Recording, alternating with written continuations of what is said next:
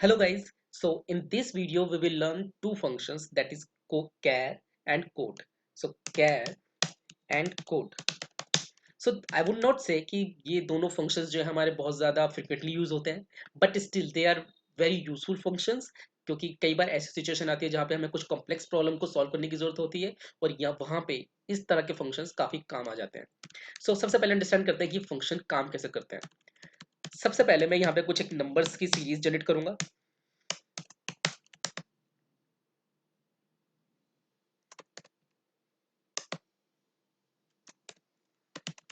Okay, so guys कैर जो function होता है हमारे पास वो किसी नंबर की कैरेक्टर वैल्यू शो करने के लिए होता है।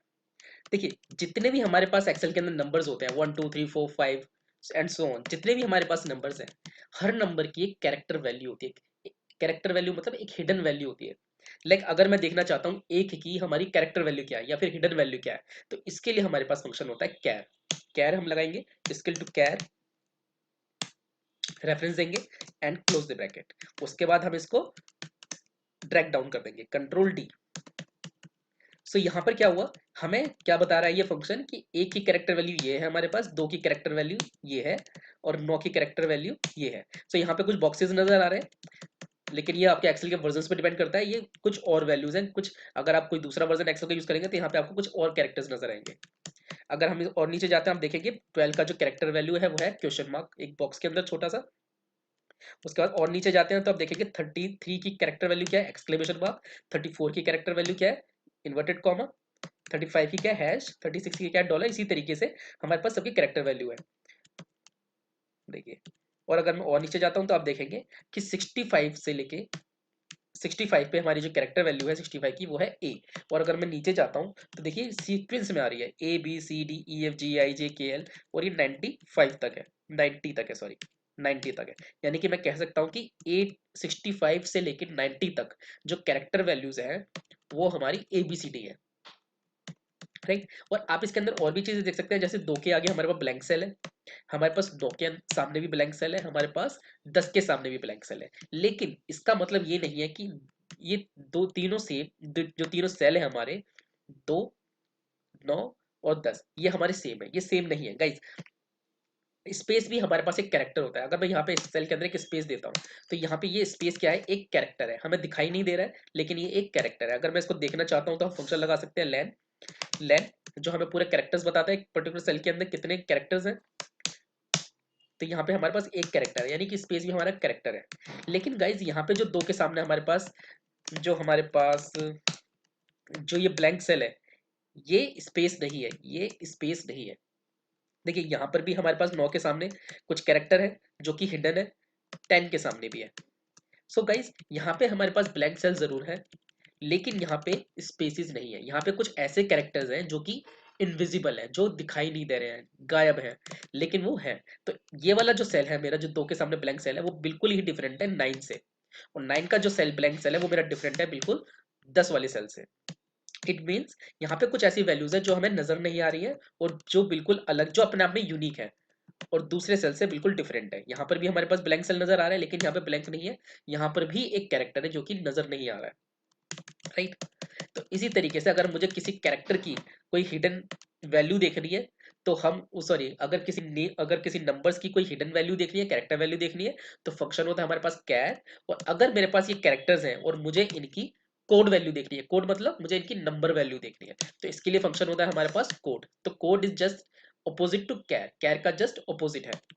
अब मैं यहाँ पे कैर फंक्शन लगाता हूँ तो आप देखिए यहाँ पे जो है, sorry, code equal to code, इस कैरेक्टर की जो कोड वैल्यू है वो है 1, जो कि बिल्कुल मैच कर रही है पहले वाले नंबर से। अब मैं इसको यहाँ पे ड्रैग डाउन कर देता हूँ। तो देखिए सही नंबर्स आ रहे हैं, यानी कि हर कैरेक्टर की एक कोड वैल्यू वो पकड़ रहा है, यानी कि हर नंबर की एक हिडन वैल्यू होती है।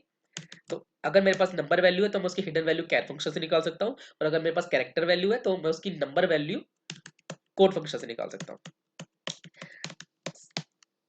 गाइस देखिए अगर हमसे कोई बोलता है कि हमें रैंडम नंबर्स जनरेट करने हैं, तो हमें पिछली वीडियो से करा हुआ है कि हम रैंड बिटवीन का फंक्शन इस्तेमाल कर सकते हैं, इक्वल टू रैंड बिटवीन। और यहाँ पे बॉटम टू टॉप, यानी कि हम एक रेंज दे सकते हैं जिसमें से वो रैंडम नंबर्स पिक कर लेगा। सपोज मैंने दिया 1 से लेके 100 तक, यानी 1 से लेकर 100 तक कोई भी नंबर आएगा और मैं इसको ऐसे ड्रैग कर सकता हूँ, control D and control R. ये मैंने कैसे किया, मैंने सबसे पहले लगाया रेंड बिटवीन 1 से लेकर 100 तक, उसका शिफ्ट दबा के मैंने डाउन किया, देन राइट शिफ्ट दबा के control D and control R. So यहाँ पे मेरे पास जो नंबर्स जनरेट हुए हैं 1 से लेकर 100 तक कुछ भी आ गए, दीज आर रैंडम नंबर्स।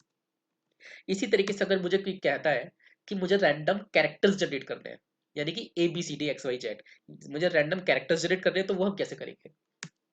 इसको करने के लिए हम क्या कर सकते हैं, हमें पता है कि इस जो हमारे पास ये नंबर्स थे, इसके अंदर 65 से लेके 65 के से लेके 90 तक हमारे पास जो कैरेक्टर वैल्यू है वो ए बी सी डी है, ए बी सी डी आई, वो भी सीरीज के अंदर जेड तक। तो इसको हम इस तरीके से यहाँ पे इस्तेमाल कर सकते हैं रैंडम कैरेक्टर्स जनरेट करने के लिए। सो हम यहाँ पे क्या करेंगे, इक्वल टू रैंड बिटवीन, हम यहाँ पे रेंज देंगे 65 टू 90, ताकि जो भी नंबर जनरेट हो वो जो भी रैंडम नंबर जनरेट हो वो 65 से लेके 90 के बीच में ही आए। तो इसलिए मैं यहाँ पे लिखता हूँ 65 टू 90।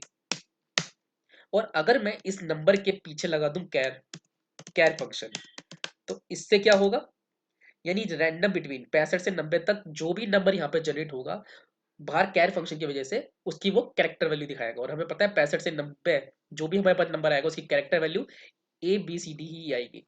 अब मैं इसको एंटर मारता हूँ, देखिए वाई, तो मैं इसको कंट्रोल आर किया, शिफ्ट दबा के right arrow and then shift दबा के down, then control D and control R. तो यहाँ पे क्या हुआ, रैंडम कैरेक्टर्स जनरेट हो गए। सो गाइस इस तरह की प्रॉब्लम को इस इन फंक्शन से सॉल्व कर सकते हैं। So char and code, good functions guys. So thank you guys, and let's move to the next video.